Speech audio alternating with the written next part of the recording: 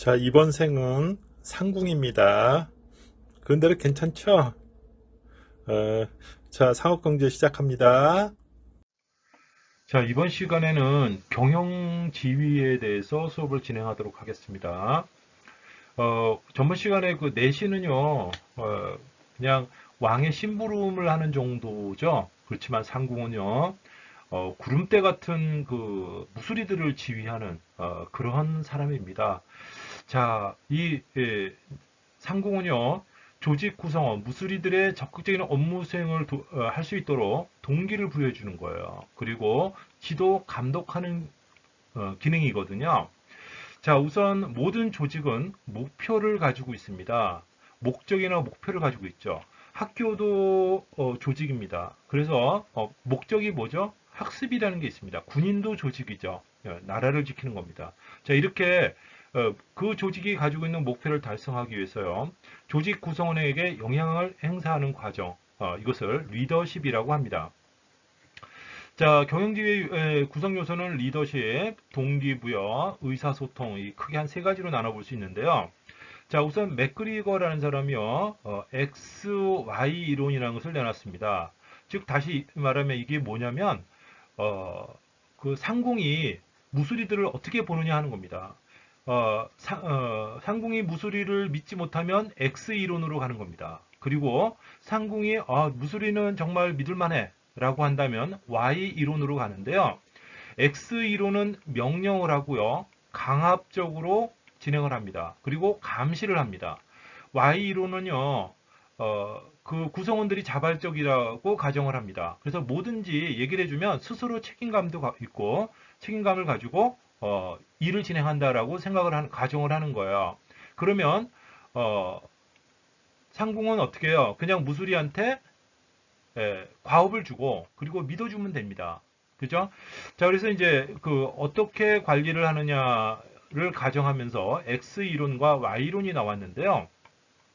여러분들은 관리자가 X 이론에 근거해서 관리를 했으면 좋겠어요. Y 이론에 근거해서 관리를 했으면 좋겠어요. 여러분들 Y 이론에 근거해서 관리를 해줬으면 좋겠죠. 그죠? 자, 이 Y 이론의 핵심은 뭐냐면요. 동기입니다. 동기. 그러니까 X 이론에서는 감시를 하고 통제를 하고 이렇게 하는 거지만 Y 이론에서는요. 구성원들 무수리들한테 그냥 동기를 부여해 주면 돼요. 그렇게 하면 알아서 한다는 겁니다. 자, 그래서 이제 그 동기가 매우 중요한데요. 메슬로우의 욕구 5단 개설, 요것도 중요합니다. 꼭 기억해 두세요. 그래서 사람의 단계를 가만히 보면 처음에는 직장을 다닐 때 뭐 살기 위해서 간다, 먹고 살기 위해서 간다, 뭐 이런 얘기 들어봤죠. 그래서 첫 번째 생리 욕구입니다. 자, 그런데 여러분들 계약직이 좋아요? 아니면은 정규직이 좋아요? 똑같이 일하는 건 똑같은데 정규직이 좋죠. 즉 안전에 대한 욕구가 생리적 욕구가 충족이 되면 그 다음에 사람은 안정의 욕구로 간다는 겁니다. 자, 그리고 나서 정규직이 됐어요. 자, 그러면 자, 여러분 큰 기업이 좋아요? 작은 기업이 좋아요? 자, 내가 어떤 기업에 다니고 있다라는 것을 사람들이 알면 좋겠죠. 그죠? 그래서 사람들은 큰 기업을 선호하는 겁니다. 그게 사회적 욕구예요. 자, 그런데 그 기업이요, 이왕이면 사람들이 굉장히 존경하는 조직이면 좋겠어요? 아니면 사람들이 별로 관심이 없는 조직이었으면 좋겠어요? 존경을 받으면 좋겠죠? 자, 이렇게 해서 욕구는 쭉 올라간다는 거예요. 그래서 가장 좋은 최상의 욕구는 자아 실현의 욕구입니다. 그래서 즉 일을 통해서 내가 일을 함으로써 나의 자아가 실현되는 거예요. 자, 이게 최고 상태의 동기입니다. 자, 동기에는요, 내재적 동기가 있고 외재적 동기가 있습니다. 자, 자아 실현은 뭐예요? 스스로 성취감과 책임감이 발생되는 동기입니다. 이게 가장 좋은 거죠. 그리고요, 외재적 동기는 칭찬, 보상, 위협, 충고. 자, 이런 것들은 리더에 의해서 외재적 동기가 부여되는 겁니다. 자, 그 다음에 조직원 간의 의사소통이 잘 이루어져야 되겠죠. 이것이 경영지휘의 구성 요소입니다. 이것도 꼭 기억해 두셔야 됩니다. 자, 넘어가겠습니다. 자, 이번에는 통제입니다. 자, 통제라는 것은 뭐냐면요. 기업의 목표를 달성할 수 있도록 결과를 계획과 비교하는 겁니다. 이게 핵심이에요. 자, 아까 저기 평가라고 그랬죠. 평가 C, 평가라고도 하는데 원래 여러분들은 통제로 기억하라고 그랬습니다. 즉, 이 통제라는 것은 결과를 계획과 비교해서요. 나중에 다시 계획에 반영하는, 수정하는 활동, 이것을 통제라고 얘기를 합니다. 자, 보면요. 우선 계획을 짰어요. 그리고 실행을 했습니다. 두. 자, 그런데 자, 보니까 계획과 차이가 발생을 했어요. 자, 그럼 어떡합니까? 계획을 변경해야죠. 그래서 계획을 수정하게 됩니다. 경영 통제의 필요성은요. 크게 한 네 가지 정도로 나눠서 볼 수 있습니다. 자, 경영 통제의 필요성은요. 첫 번째, 조직이 변화하는 겁니다. 조직의 환경이 변화돼요. 자, 그렇게 되면 자, 계획을 변경해야 되겠죠. 그죠? 그래서 경영 통제가 필요하고요. 또 조직이 작은 조직에서 큰 조직으로 확대가 되면 또한 계획이 변경이 돼야 될 겁니다. 그래서 조직 규모의 확대, 또 하다 보니까 여러 가지 실수가 발생을 했어요. 그러면 그런 실수를 막기 위해서 계획에 이러한 실수를 막을 방안을 넣어야 되겠죠. 그죠? 그 다음에 자, 조직이 점점 커지게 되면 모든 것을 다 통제할 수 없습니다. 그러면 어떻게 해요? 권한을 이양해야 되겠죠. 이러면서 계획이 수정되는 겁니다. 자, 그러면 한번 볼게요. 경영 통제는 계획에 의한 수행 결과의 차이를 수정하는 행동입니다. 비교해서 수정하는 행동이고요. 거기에 필요한 조치들이다 하는 겁니다. 자, 이러한 수정 행동에는요, 두 가지로 나눠볼 수 있습니다. 자, 단순히 더 일을 잘할 수 있도록 하는 동기를 부여하는 이런 정도도 있지만, 새로운 목표 달성을 위해서 계획 자체를 수정하는 큰 수정 행동도 있다는 겁니다. 자, 두 가지예요. 자, 이 수정 행동은 구성원들에게 동기를 부여하는 것도 있고, 또 아니면 계획 자체가 변경이 돼서 계획 자체를 변경해야 되는 경우, 자, 이런 경우에 수정 행동이 발생한다는 겁니다. 그래서 조직 구조를 변경하거나 또 인원이나 리더십 동기부여 방법을 변경하는 자, 이러한 경우 큰 변화가 있을 때 경영 통제가 필요하다는 거죠. 자, 넘어가겠습니다. 자, 경영 통제 절차는 이렇게 하는 겁니다. 자, 항상 목표는 어떻게 해요? 수치로 해야 한다고 혹시 여러분 기억나십니까?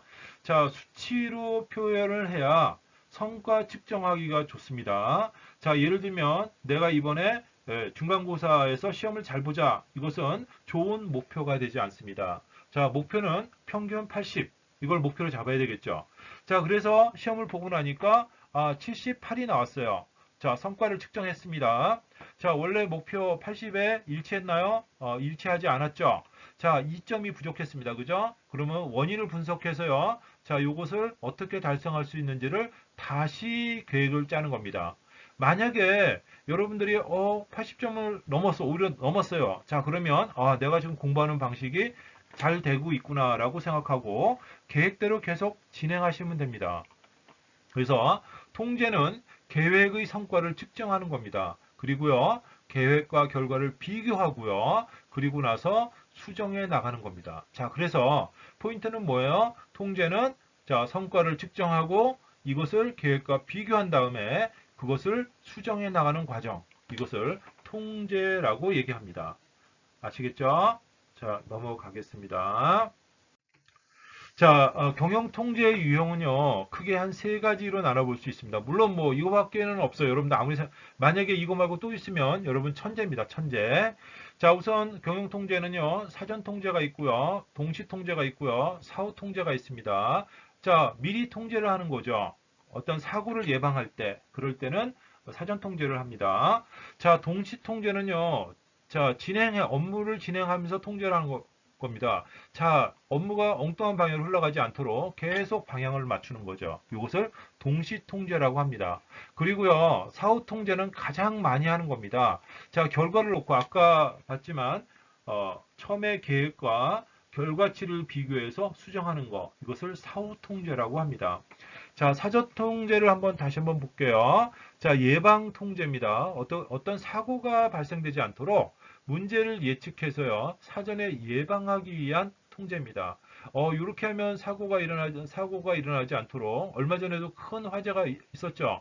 자, 이 사전 통제가 제대로 이루어졌다면 화재가 발생하지 않겠죠. 그죠? 위험성 있는 것들을 다 제거하고 하는 겁니다. 또, 자, 앞으로 경기 상황을 예측해서요, 원재료라든지 예산이라든지 인적 자원에 대해서 통제를 하는 겁니다. 원자재 값이 오를 것 같아요. 그럼 원재료를 좀 미리 사놓는 거죠. 또 경기가 안 좋아질 것 같습니다. 그러면 긴축 예산으로 들어가야겠죠. 또 사람을 늘리거나 줄이는 자 이런 것들이 사전 통제가 되는 겁니다. 자 동시 통제는요. 자 업무를 진행하면서 잘못되지 않도록 엉뚱한 방향으로 가지 않도록 계속 작업을 하면서 진행하는 것을 동시 통제, 진행 통제 이렇게 합니다. 업무 진행 과정에서 이루어지는 통제입니다.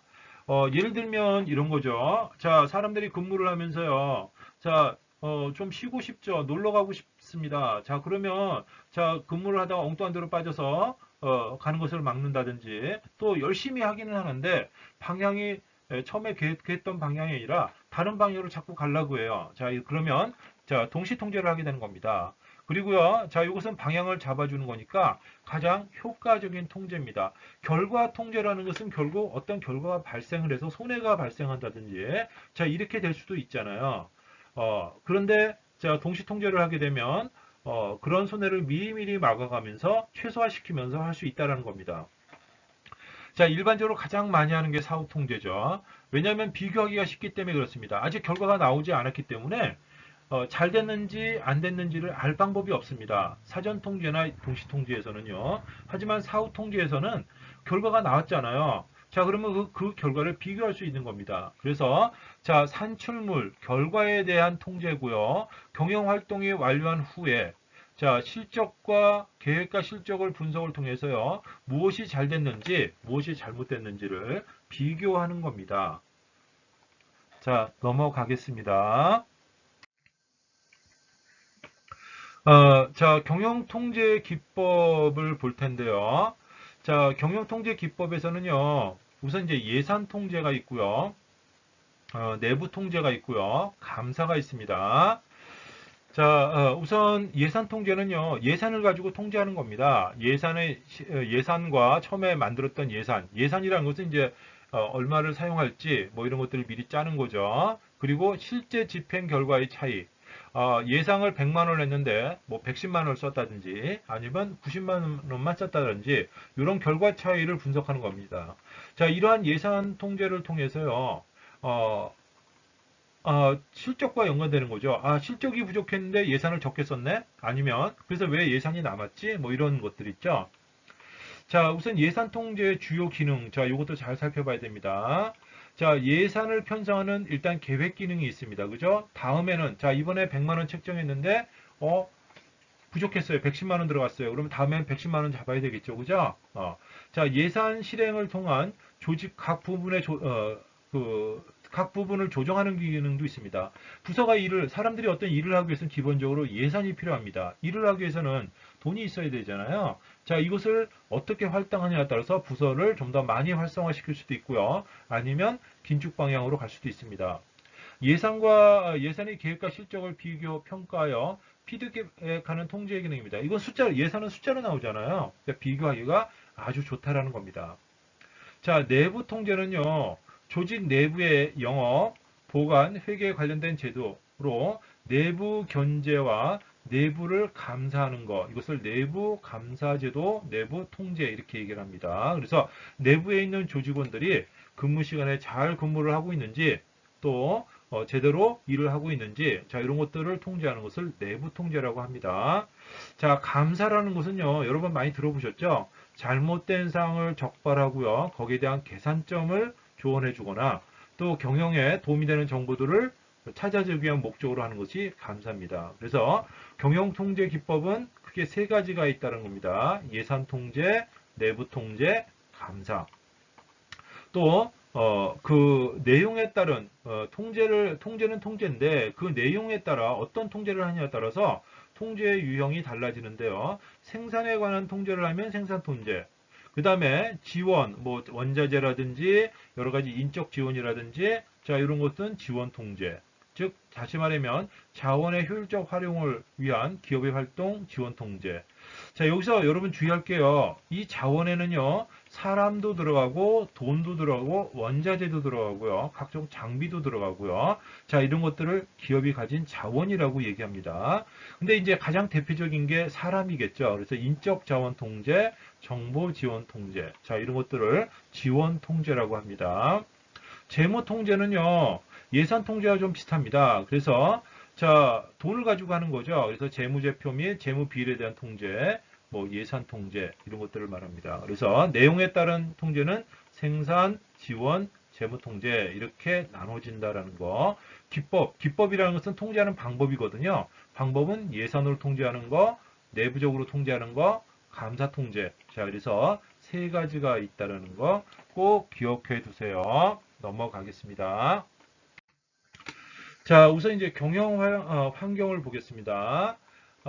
기업의 내부와 외부에서 기업 경영이나 경영 활동에 영향을 미칠 수 있는 모든 여건 등을 우리는 경영 환경이라고 합니다. 자, 이것을 다른 말로 하면 이제 기업 환경이라도 기업의 주위에 있는 거니까 기업 환경이라고도 하는데요. 기업 환경은 내부 환경과 외부 환경으로 구분됩니다. 첫 시간에 제가 요 얘기했죠. 스와트 분석하면서. 외부 환경은 내가 어떻게 할 수 없는 거, 내부 환경은 내가 어떻게 할 수 있는 거, 자, 이런 거라고 얘기했죠. 그래서 외부 환경에서는요, 통제할 수 없는 환경, 즉, 정치, 문화, 사회적인 환경, 이런 것들을 외부 환경이라고 합니다. 내부 환경은 통제가 가능한 겁니다. 즉, 자원, 역량, 활동, 자, 이런 것들을 내부 환경이라고 합니다. 그래서 기업 환경은 외부 환경과 내부 환경으로 나눠진다라는 거 꼭 기억해 두시고요.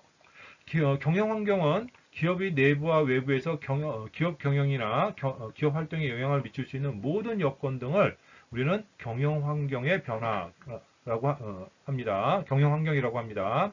자, 이 환경들이 변한다는 거죠. 그래서 이 변화는 기업의 경영의 위협 요소도 될 수 있지만 또 하나는 기회 요인도 될 수 있다. 뭐 어렵지 않은 얘기입니다. 그죠? 환경은 끊임없이 변하고요. 그 변화가 때로는 위협이 될 수도 있지만 반대로 기회가 될 수도 있다. 이런 겁니다. 자, 넘어가겠습니다. 자, 기업 환경을 보면요. 크게 두 가지로 나눠집니다. 일반 환경하고 과업 환경 이렇게 두 가지로 나눠지는데요.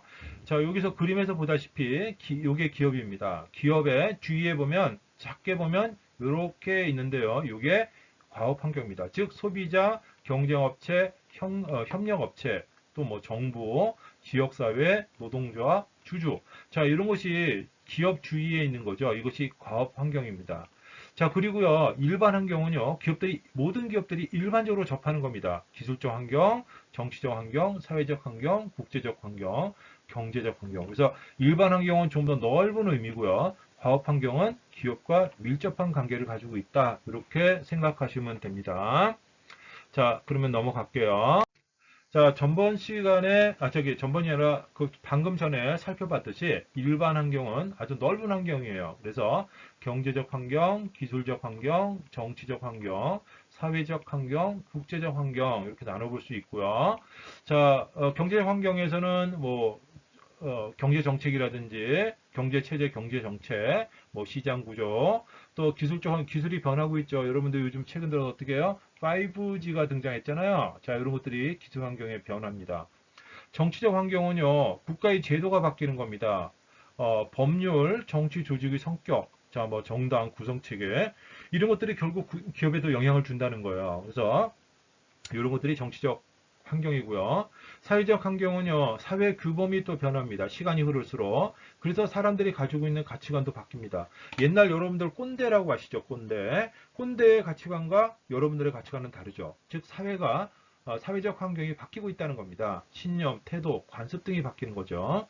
자, 그 다음에 이제 국제적 환경입니다. 블록 경제. 요즘 여러분 아시겠지만 트럼프가 자꾸 보호무역을 하잖아요. 이렇게 경제가 블록화되는 거, 이런 거라든지, 또 이와 반대로 세계화라는 자유무역화되는 거, 또 WTO 체제라든지, 영토 분쟁이라든지, 자, 이런 것들이 바로 국제적 환경이 되겠습니다.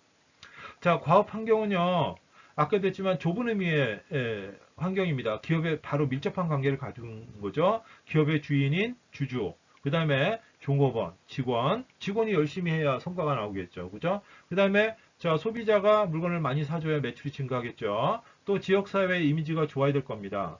또 정부 등과 같은 이해관계자들과 기업과 밀접한 관계를 갖는 것, 그것을 과업 환경이라고 합니다.